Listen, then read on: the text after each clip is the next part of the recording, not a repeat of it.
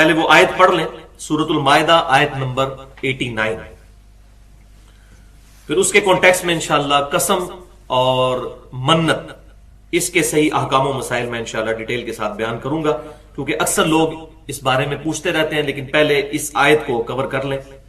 اور میں نے پہلے بھی بتایا کئی دفعہ یہ بات کہ شریعت محمدیہ صلی اللہ علیہ وسلم کا جو بلو پرنٹ ہے، ابتدائی خاکہ ہے، ابتدائی سکیچ ہے، وہ ہے سورۃ البقرہ، اور اس کے تکمیلی احکام جو ہے وہ سورۃ النساء اور سورۃ المائدہ ہے۔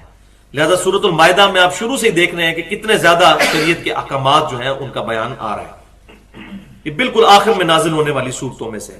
تو ایک اور شریعت کا حکم آ رہا ہے سورۃ المائدہ آیت نمبر 89، بسم اللہ الرحمن الرحیم، لا یؤاخذکم اللہ باللغو فی ایمانکم،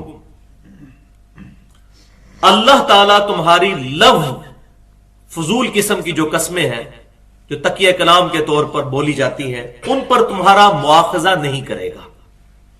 جیسا کہ عرب کے اندر یہ رواج آج بھی موجود ہے کہ واللہ واللہ کر کے وہ بات کرتے ہیں کہ اللہ کی قسم اسی طرح ہے، تو یہ تو لغو قسم کی قسم۔ اسی طریقے سے اردو میں بھی، پنجابی میں بھی بعض لوگوں کو عادت ہوتی ہے قسم خدا دی، قسم خدا دی ہے گل ہے، تو اللہ تعالیٰ فرما رہا ہے ان قسموں پر تو جو ہے وہ کوئی مواخذہ نہیں کیا جائے گا، لیکن جو واقعی انٹینشن کے ساتھ قسم کھائی جائے گی کسی مستقبل کے کام کے لیے، تو پھر اگر وہ قسم توڑی تو اس کا کفارہ بھی ادا کرنا ہوگا۔ اب اس کا ذکر ہونے جا رہا ہے، وَلَٰكِن يُؤَاخِذُكُم بِمَا عَقَّدتُّمُ الْأَيْمَانَ، بلکہ اللہ تعالیٰ ان قسموں پر تمہاری پرسش کرے گا کہ جو تم نے مضبوطی کے ساتھ باندھی ہے۔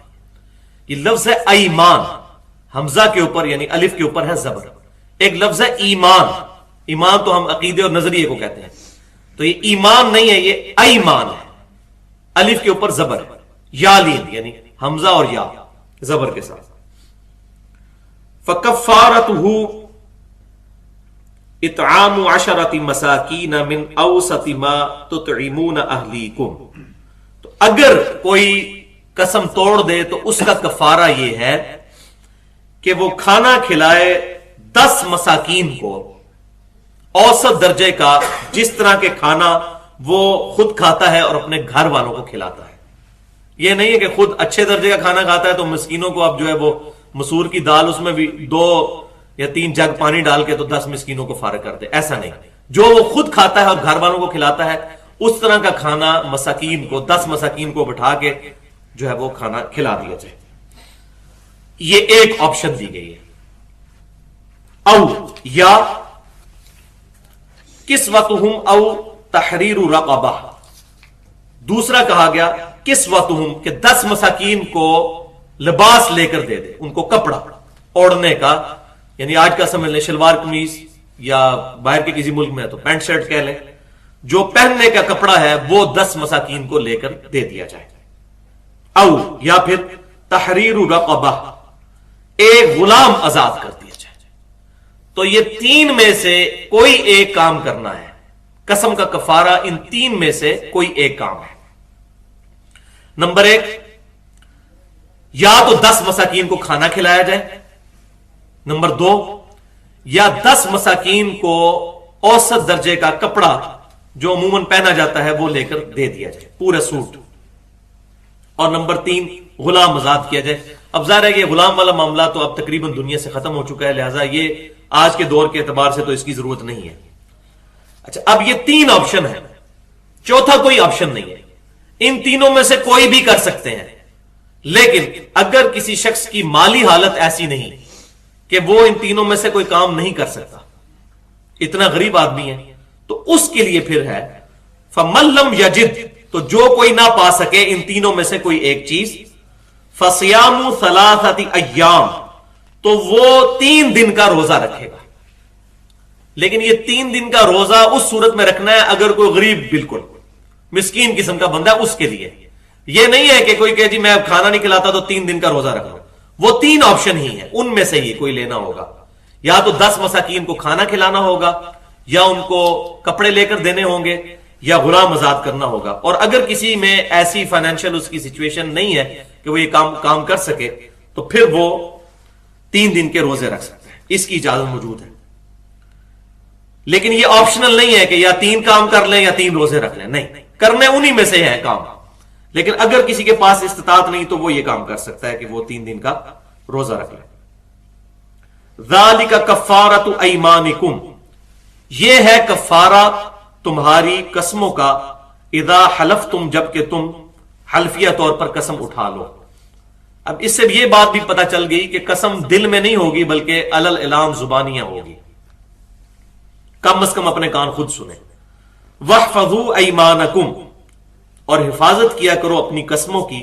کذالک یبین اللہ لکم آیاتہ، بالکل اس طریقے سے اللہ تعالیٰ اپنی آیات کھول کر بیان کرتا ہے تمہارے لیے، لعلکم تشکرون، تاکہ تم اس کا شکر ادا کر سکو. اللہ تعالیٰ کے جو بتائے ہوئے راستے پر چلنے کے لیے شریعت کے احکامات ضروری ہیں، وہ اللہ تعالیٰ کھول کر تمہارے لیے بیان کر رہا ہے. تو یہ ہوگی سورۃ المائدہ کی آیت نمبر 89 کا ترجمہ اور اس کی مختصر تشریح. اب اس کے کانٹیکسٹ میں انشاءاللہ میں ڈیٹیل گفتگو کروں گا، اور یہ بڑی اہم اور اٹینٹو ہو کر سننے والی گفتگو ہے. تو ڈیٹیل میں جانے سے پہلے بھائیو 2 ٹرمز سمجھ لیجئے، 2 اصطلاحات. نمبر 1 ایمان، جس کو ہم اردو میں کہتے ہیں قسم، اور نمبر 2 نذر، جس کو ہم اردو میں کہتے ہیں منت ماننا کہ میرا یہ کام ہو گیا تو میں یہ کروں گا. اب یہ دونوں چیزیں جو ہیں ایمان اور نذر، اس کو تمام محدثین ایک ہی چیپٹر میں لے کر آتے ہیں.